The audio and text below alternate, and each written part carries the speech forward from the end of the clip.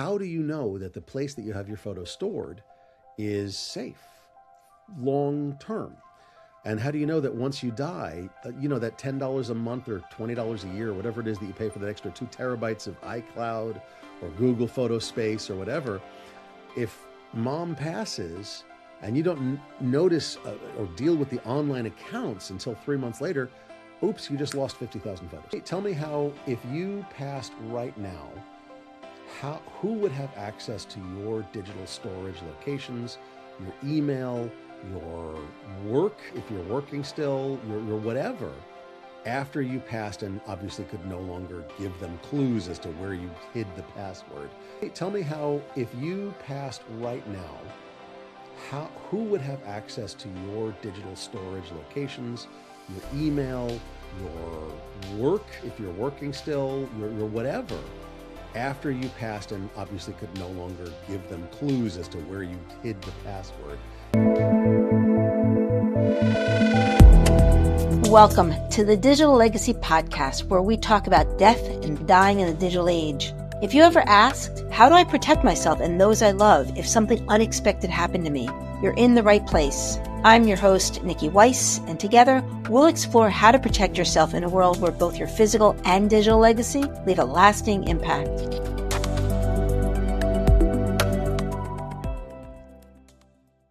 And welcome back to another episode of the Digital Legacy Podcast, where we talk about death and dying in the digital age. My guest today is Josh. You go by Josh, not Joshua.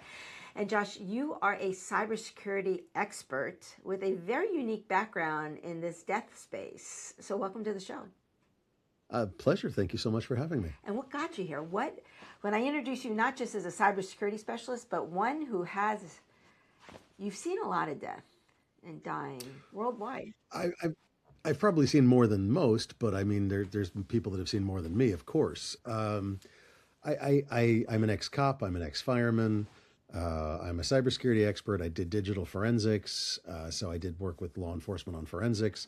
So the amount of death I've seen, either secondhand or firsthand, is a little more than some. But I don't want to say that I'm an expert in this stuff. It's just, it's part of the world.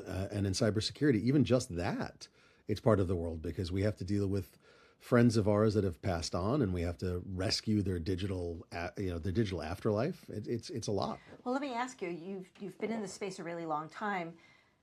What have you seen change just in the last, say, 10 years? From where we were 10 years, where we are today, and then we'll do futuristic further into the conversation. I'm going to do a little slightly farther than 10 years. And the reason is it's deliberate. I think the biggest thing for most people, the common topic, is photos.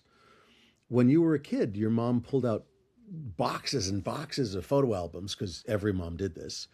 And you looked through photos that some of them had those weird edges on them from the early 1900s.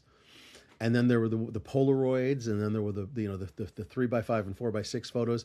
And this is your school photo from 3rd grade and whatever else, right? And now we don't have those.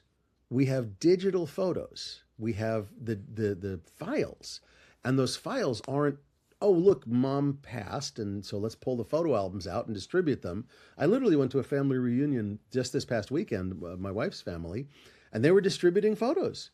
Who wants this photo? Who is this person? That kind of thing. And now we have thousands. I mean, I can't even tell you how many thousands of pictures I've taken of my kids. I mean, how many do you have in your phone, right? I mean, that's the first question I have them on my people. phone. People say tens of thousands. Like, they have to increase their storage just to store the pictures.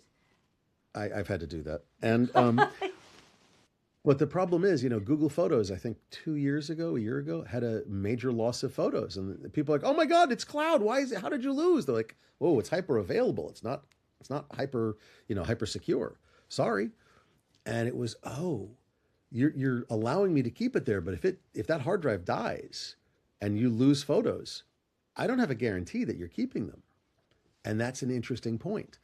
How do you know that the place that you have your photos stored is safe long term?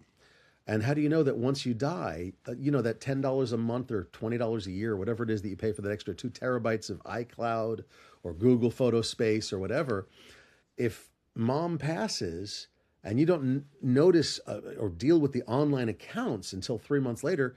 Oops, you just lost 50,000 photos. I guess I question why people have 50,000 photos.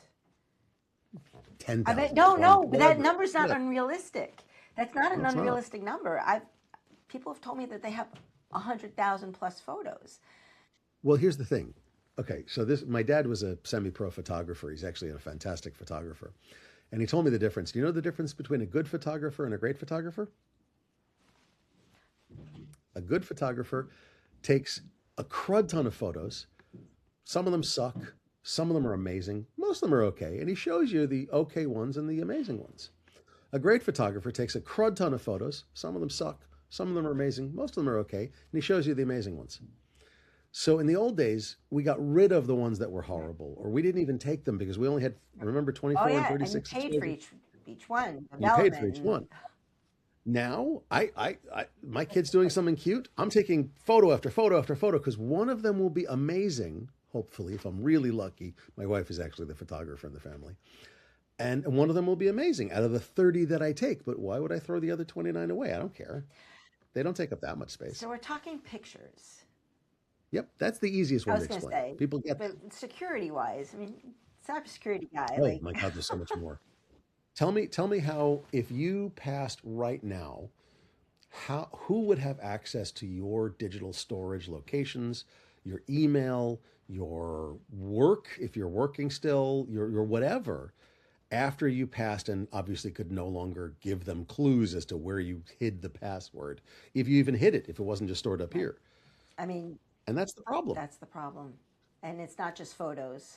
It's those important documents. It's your will. It's the signed copy of your house documents. It's everything, man. So when I talk to, I usually get this response from it. I get two responses. One, like the 70, 80-year-olds are like, dead is dead. What do I care? And I'm like, your Facebook account, they don't care. There's this level of I don't care. But I was telling you before I hit record that I was at a cryptocurrency conference and I'm talking to a bunch of tech bros who are walking around with, cold wallets that who knows how many millions of dollars they're worth or hundreds of thousands. And they didn't care either. Okay. Okay, first off, I'm going to let you in on a little secret. Many, many, many of those crypto bros are worth nothing. Some of them are worth a lot of money, quite a few of them.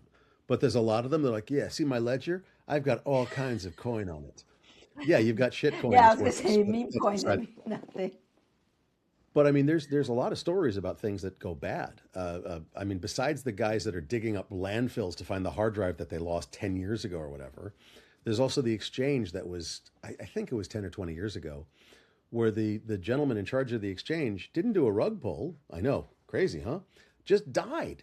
And he was young. He was in his 20s or 30s, but he was, living life pretty hard, skidding in with a good-looking corpse, if you know what I mean.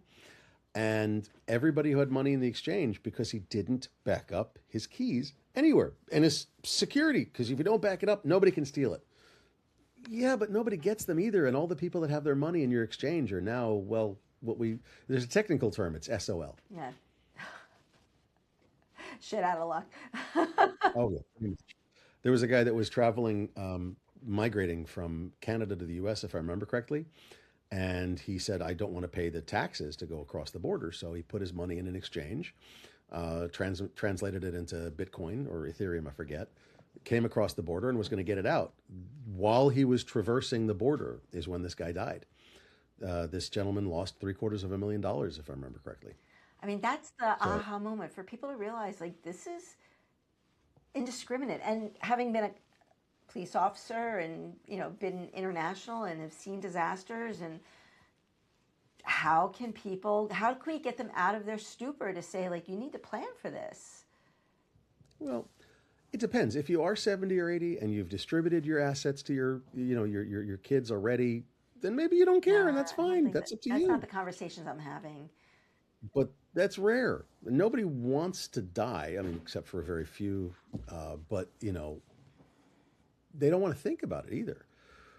And it's tough because who wants to think about being dead?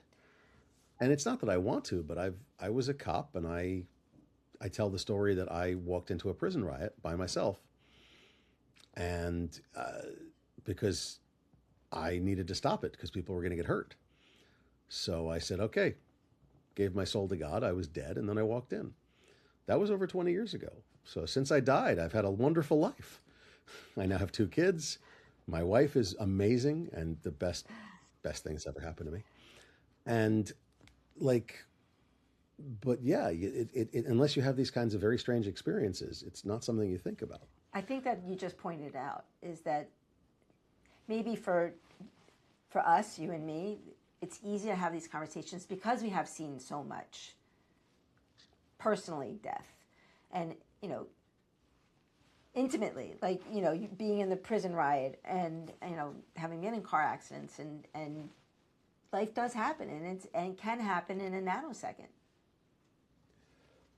Everybody in this country, in the US, most everybody drives. And everybody thinks, oh, I drive fine, but those people suck. I got news for you. You're one of those people to somebody else. Okay? And car accidents happen. My father was still is one of the preeminent accident reconstructionists in the world. And I grew up seeing car accident photos scattered across the dining room table. It's a little weird, okay? But, I don't ride motorcycles. I ski with a helmet. I roller skate with a helmet. I bike with a helmet. People are like, oh, why would you do that? Because traumatic brain injuries really sucks. The high risk of it. Yeah, but I just don't fall over. That's so cute. And we want to live life fully, though, right? And be prepared. So as a cybersecurity specialist, though, why do you feel that this is now becoming, is it a niche? Like, are we going to start seeing, but are we going to start seeing more cybersecurity specialists that specialize in this digital afterlife, this preparation? Because it's not just preparing for today, it's now with AI and the solutions that people are now, like you said, 10,000 photos that people are able to upload. What happened? Are we redefining what cybersecurity means postmortem? That's an interesting way to phrase that. Redefining what cybersecurity means postmortem.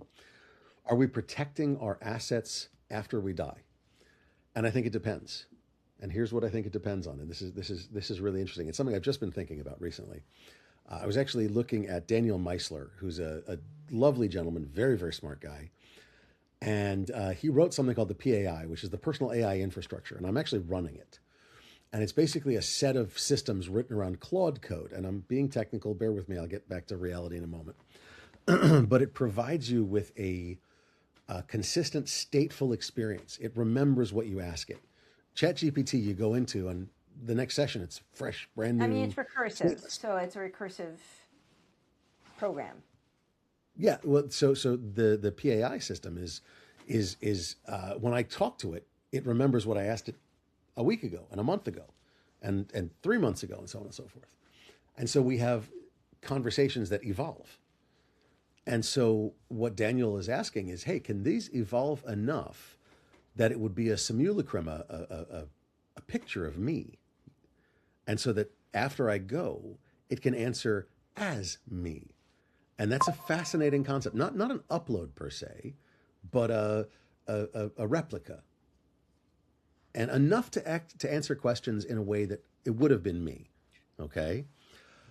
I find that fascinating. Well, there's technology already out there that's doing that. I mean, two-way and the company replica, like.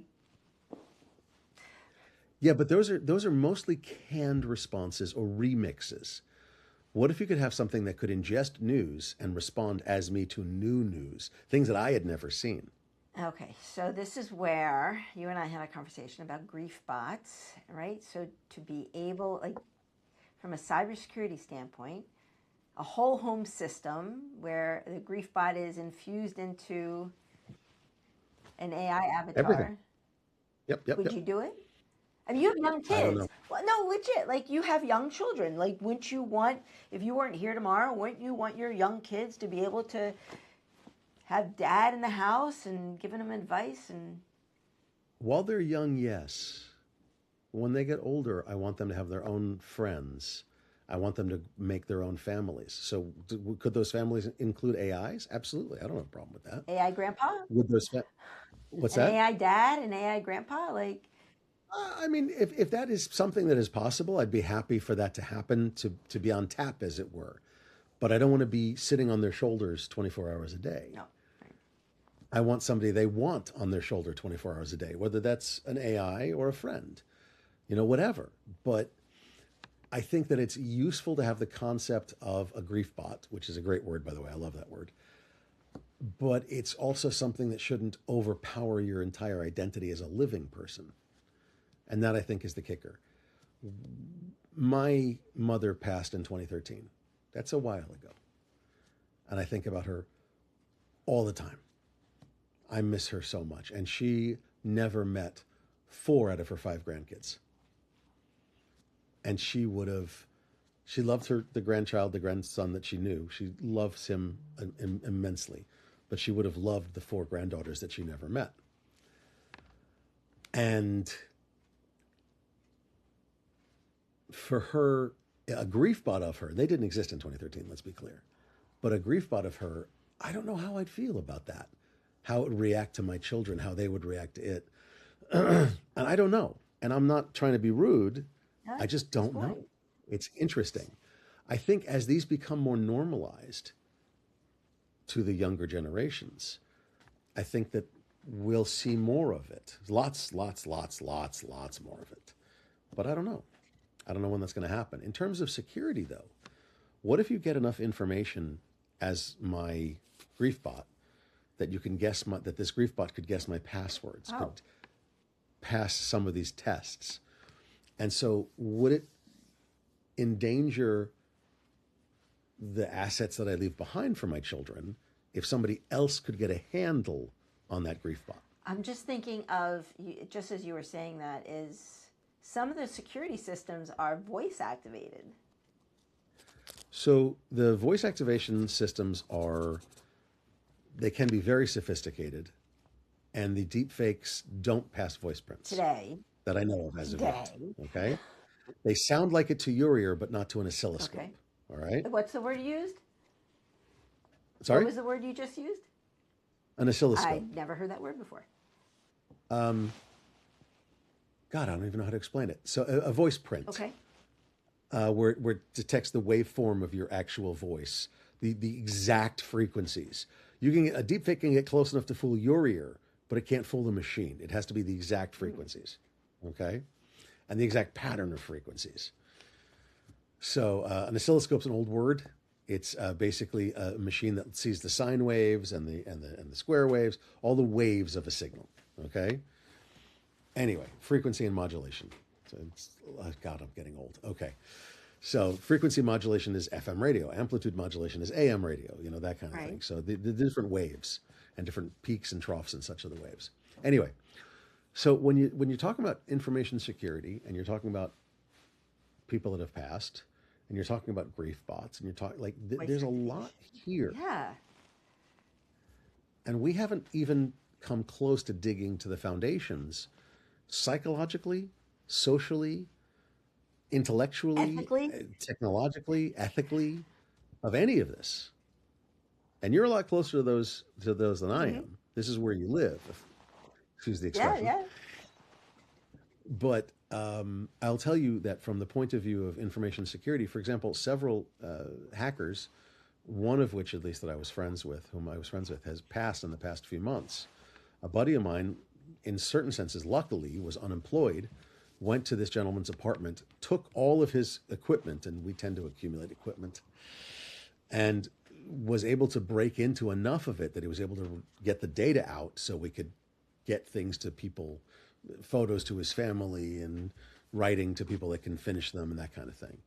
But it took a significant amount of effort and quite a bit of time and money to do that. That's one person. Now imagine the fact that by 2050, Facebook is supposed to be a necropolis. Okay? There's going to be more dead people in Facebook than living by about 2050. So I want to highlight that word too, necropolis. Instead of a metropolis, necropolis, necropathy. Necropathy is like dead It means, Yep. something that's, yeah, so something necrotic, like a necrotic hand or something. So you're saying that Necromancer raises people from the dead. yeah, so Yes, you're exactly. saying that Facebook by 2050 Hmm. is going to have more dead people on there than live active subscribers. That's what I understand. That's the statistic I saw. It's going to be a necropolis, a city of the dead. And so there'll be memorials everywhere. And my guess is that Facebook will at some point monetize the memorials and say, this is the virtual graveyard for the United States and the world. And so if you want to keep a memorial, you got to pay $5 a month or something. I'm like, I don't know how Marketplace is going to fit in that, but whatever, we'll figure it out. It's Fascinating. oh God, it's beyond fascinating. It is literally societal changing. So 2050. All right. So, I mean, that's why I question it now. So I work with, and I've had them on my podcast. I hear more and more companies that are like opening, starting new platforms, new apps that are memorializing their loved ones and being able to upload photos and don't forget grandma and oh, by the way, you don't have to go to Facebook, that you can come to my website.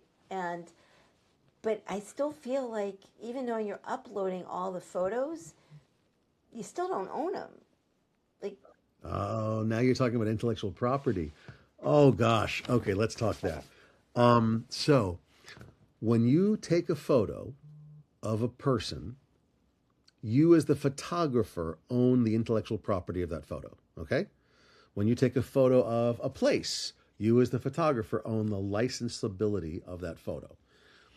When you as the photographer upload a photo to Facebook, who owns the licensure of that photo now? it's not on my device, it's on their server. Right. Now, I'm not a lawyer. Don't take this as gospel. This But is there's all educational kinds purposes of only. there's all kinds of technical and legal and implications of uploading a photo to a site. Some of them have EULAs, end user license agreements, the click through things, the things you just hit the box and never actually read. Right. That say if you upload the photo, we own it now, and we can use it any way we want. And okay, maybe I didn't want you to own that photo. Well, you better be careful about where you upload it. And I'm not trying to be rude. I'm just being honest. You better be careful. Okay. So what if these memorial sites, I'll call them, decide that they want ownership of those photos? Why? Because when you want the photos from grandpa of you when you were a little kid, you can absolutely have it for a small licensing fee. Josh, I don't know if you're following, but there are people on social media that are documenting on social media from diagnosis to death. So I just got cancer. Here's my 1, 2, 5-year journey. And if you're watching this video, I'm dead. Like, now what?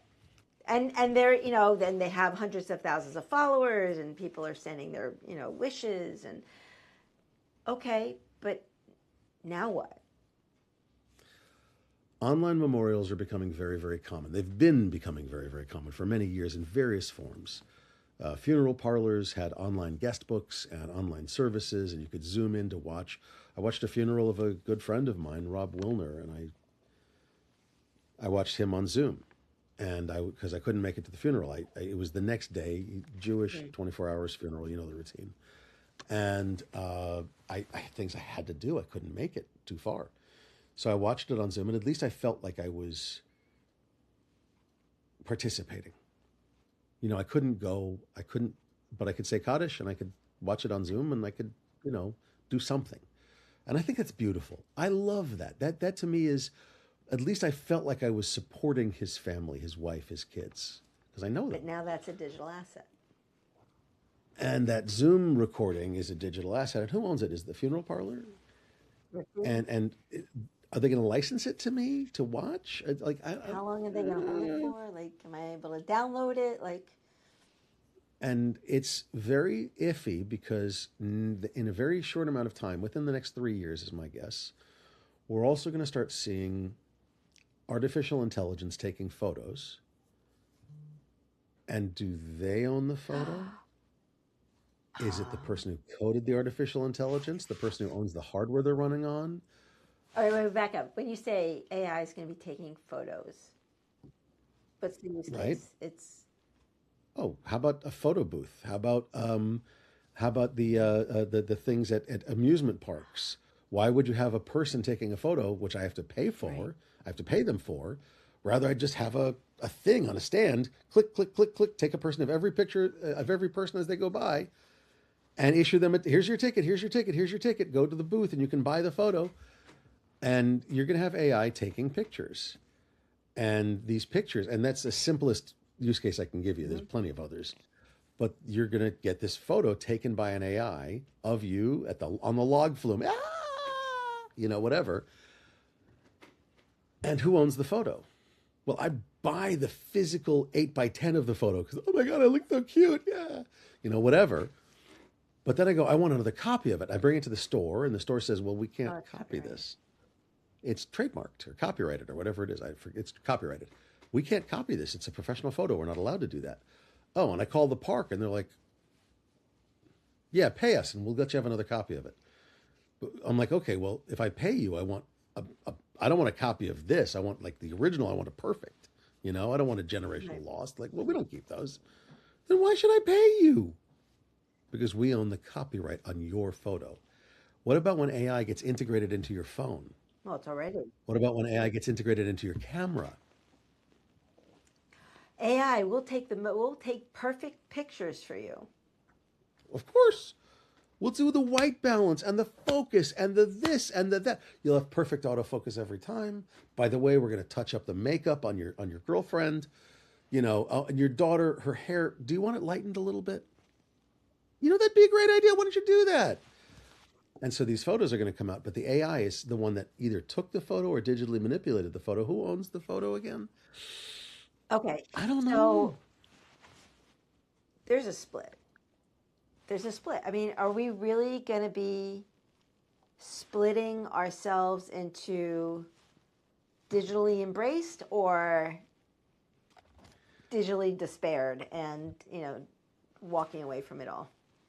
And you forgot the digital divide. The people that have and embrace the AI are the ones that are going to succeed, if at That's all. what they're saying. The, like, I'm sorry, but the Luddites didn't win back then. Okay, if you remember history, and there are not very many buggy whip makers left around anymore. There are a few, but not very many.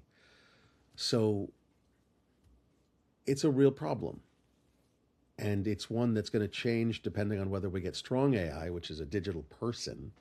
Okay, a digital person is going to have different rights than a mechanical system, an AI that is not a digital person. And the AIs are getting to the point where it is difficult to determine whether they are a digital person or not. And in a sense, that's wonderful. I think that's great. I'd love to see digital people come around. I really would. But in a sense, it's also a little scary. And I know, yeah, somebody's going to say, Skynet, Skynet. Just chill, chill, okay? Chill. But if it's a digital person operating your camera, is that slavery? Oh, You say that, but are you sure? all right. So if we could crawl out of the rabbit hole just a little bit. Sorry.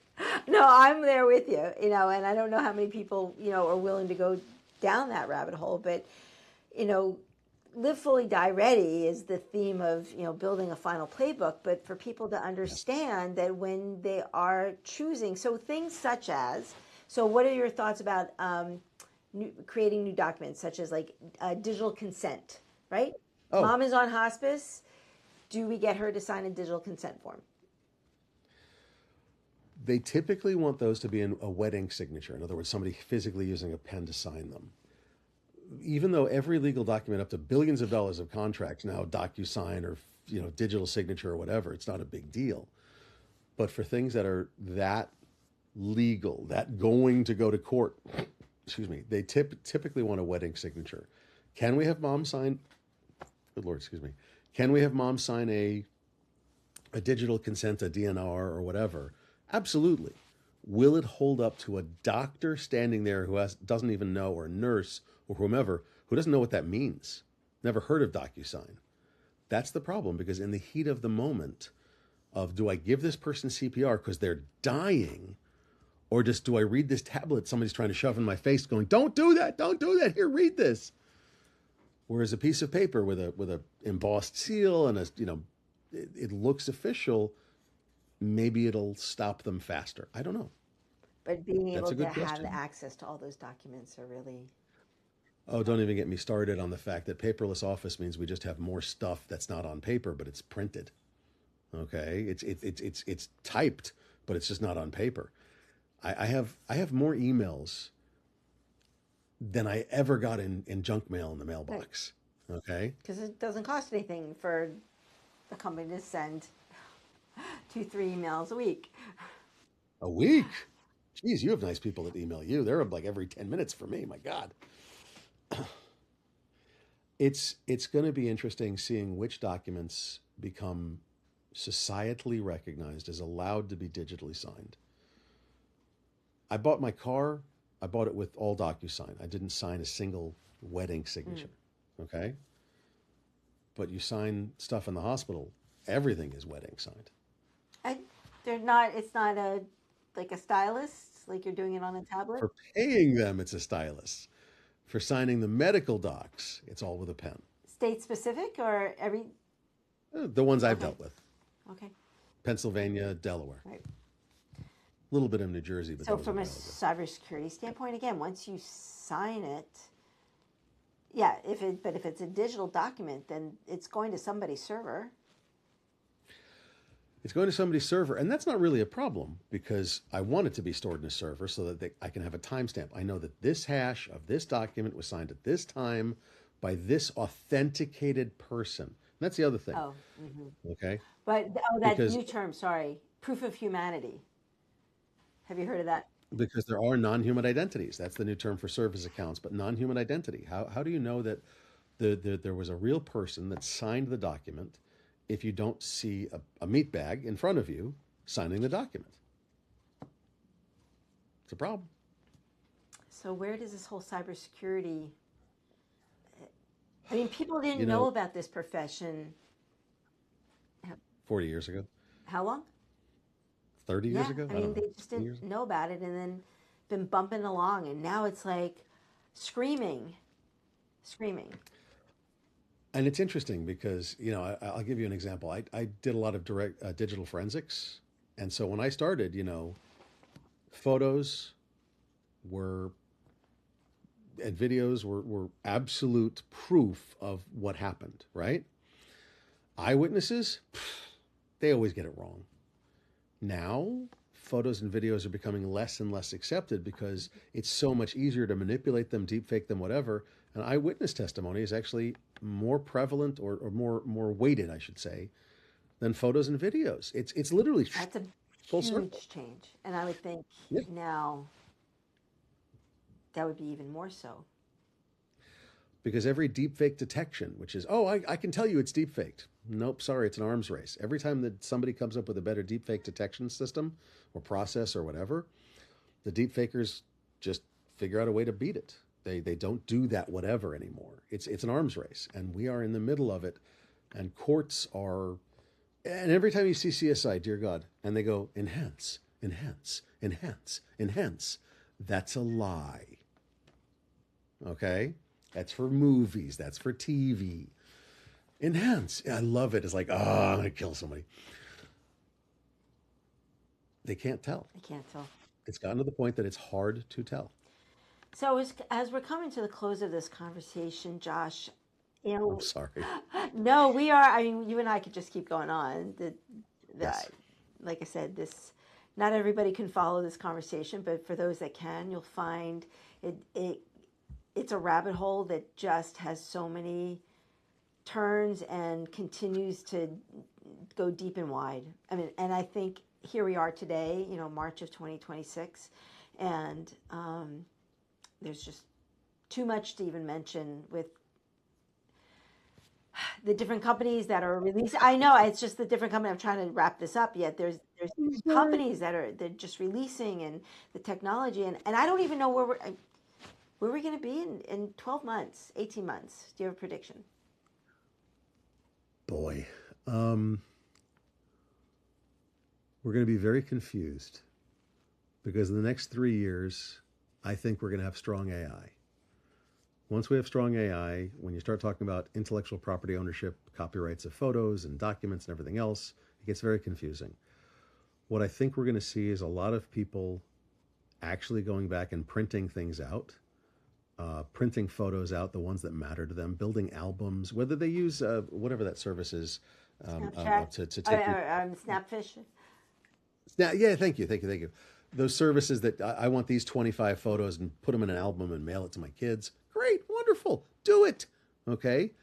My dad started printing photos with a photo printer, like a really good printer, and they came out beautiful. He's covered the walls of his house with photos of his kids, my mom, dogs, horses. I grew up on a horse and sheep farm, and it's really cool to see the physical aspects of it.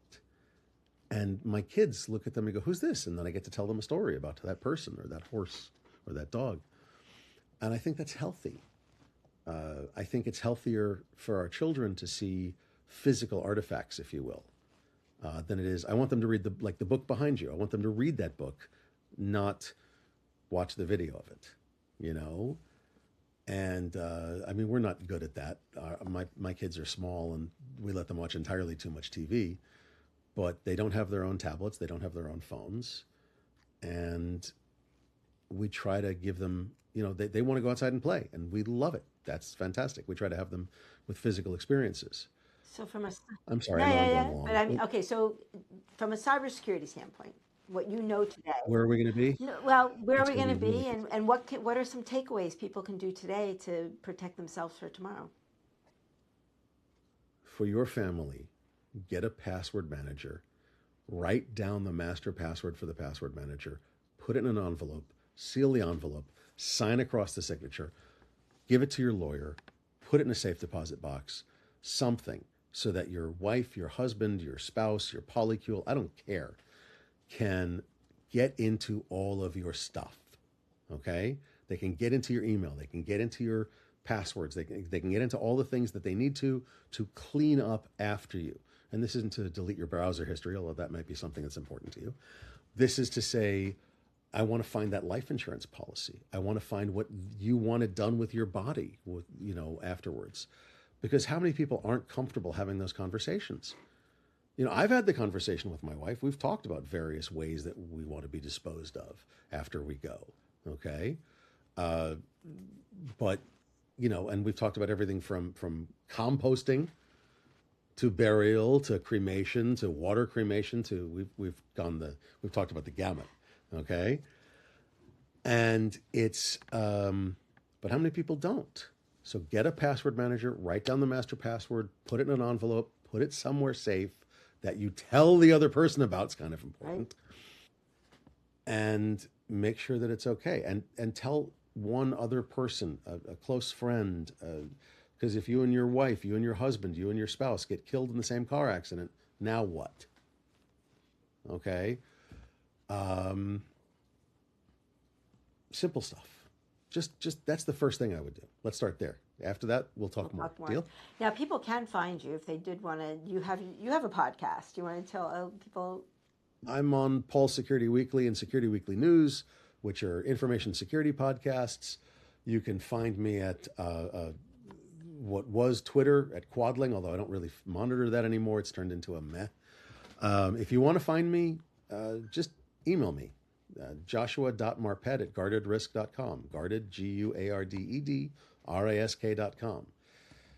I'm currently building a nonprofit. That's valuechainrisk.org.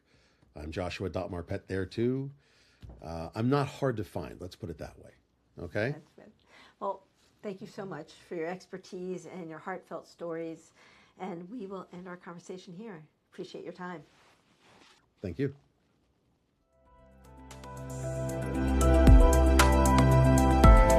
Thank you for listening to the Digital Legacy Podcast, where we talk about death and dying in the digital age. I hope this conversation inspired you to take control and plan for the inevitable to protect yourself and those you leave behind. Don't forget to subscribe to our newsletter at digitallegacypodcast.com. Remember, life is full of surprises. What happens after you die shouldn't be. So keep your passwords safe and your playbook up to date.